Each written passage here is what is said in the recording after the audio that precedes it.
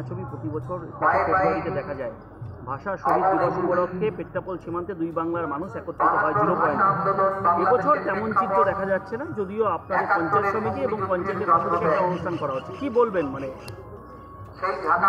দেখুন, এবছরে নোম্যান্সল্যান্ডে যেটা দুই দেশের পক্ষ থেকে বাংলাদেশের জনপ্রতিনিধি এবং আধিকারিক এবং ভারতের পক্ষ থেকে পশ্চিমবঙ্গের মাননীয় মুখ্যমন্ত্রী মমতা বন্দ্যোপাধ্যায়ের প্রতিনিধি হিসেবে যে সমস্ত মন্ত্রী এবং জনপ্রতিনিধি ও আধিকারিকরা থাকেন, তাদের যে অস্থায়ী ভাষা শহীদ স্মারক নির্মাণ করা হয়, সেখানে শ্রদ্ধা জানিয়ে নিজেদের মধ্যে একটা ভাব বিনিময়, মিষ্টি এবং উপহার সামগ্রী বিতরণ করে একটা সৌভ্রাতৃত্বপূর্ণ পরিবেশ তৈরি হয়।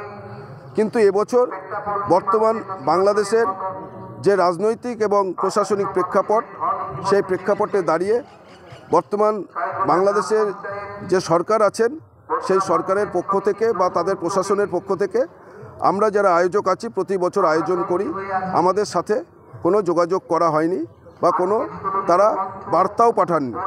সেই কারণেই যৌথভাবে নোম্যান্সল্যান্ডে সেই যে প্রতি বছরের আবেগ, সেই আবেগের সেই অনুষ্ঠানটি অনুষ্ঠিত হচ্ছে না। কিন্তু প্রতি বছরের মতন এবছরেও ভারত ভূখণ্ডে ছয়ঘরিয়া গ্রাম পঞ্চায়েত এবং বনগাঁ পঞ্চায়েত সমিতির যৌথ উদ্যোগে বাংলার মাননীয় মুখ্যমন্ত্রী মমতা বন্দ্যোপাধ্যায়ের অনুপ্রেরণায় প্রতি বছর যে আঙ্গিকে এই অনুষ্ঠান 21শে ফেব্রুয়ারি যে আন্তর্জাতিক মাতৃভাষা দিবস, সেই মাতৃভাষা দিবসে ভাষাপ্রেমী মানুষের আবেগকে শ্রদ্ধা জানাবার জন্যে, ভাষা আন্দোলনের শহীদদের তাদের শ্রদ্ধা জানাবার জন্যে এবং বাংলা ভাষাকে বিশ্বর দরবারে প্রতিষ্ঠিত করবার জন্যে সেই দাবিকে মান্যতা দিয়ে সেই আঙ্গিকে সেই একইভাবে সর্বধর্ম সমন্বয়ের মধ্যে দিয়ে এবং যথাযথ আড়ম্বনার মধ্যে দিয়ে সেই অনুষ্ঠান অনুষ্ঠিত হচ্ছে। আমরা নৈহাটি থেকে এসেছি মূলত অনুষ্ঠান দেখার জন্য। 21শে না, ভালো লাগছে না, ভাবছিলাম যে বড় অনুষ্ঠান হবে, জাতীয় সঙ্গীতের গান শুনবো।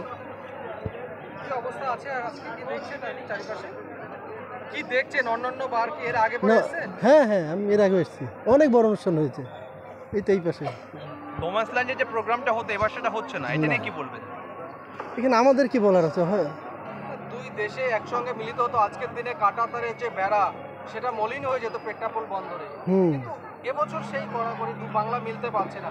আপনাদের ভাষাপ্রেমী মানুষ, আপনারা বাঙালি মানুষ, এটা নিয়ে আমরা বাঙালি যেহেতু, আমরা তো ভাষার জন্য একটু আমাদের কি বলবো,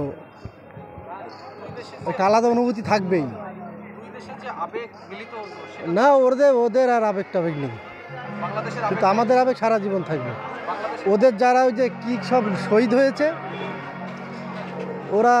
ওরা কাঁদবে আর কি এই দৃশ্য দেখলে। ভাষার জন্য যারা শহীদ হয়েছে ওরা এখন কাঁদবে, ওরা যদি জীবিত থাকতো কাঁদতো। যারা ভাষার জন্য শহীদ হয়েছে তাদের অস্বীকার করছে, তারা অস্বীকার করছে। আপনার নাম? আমার নাম চঞ্চল পাল।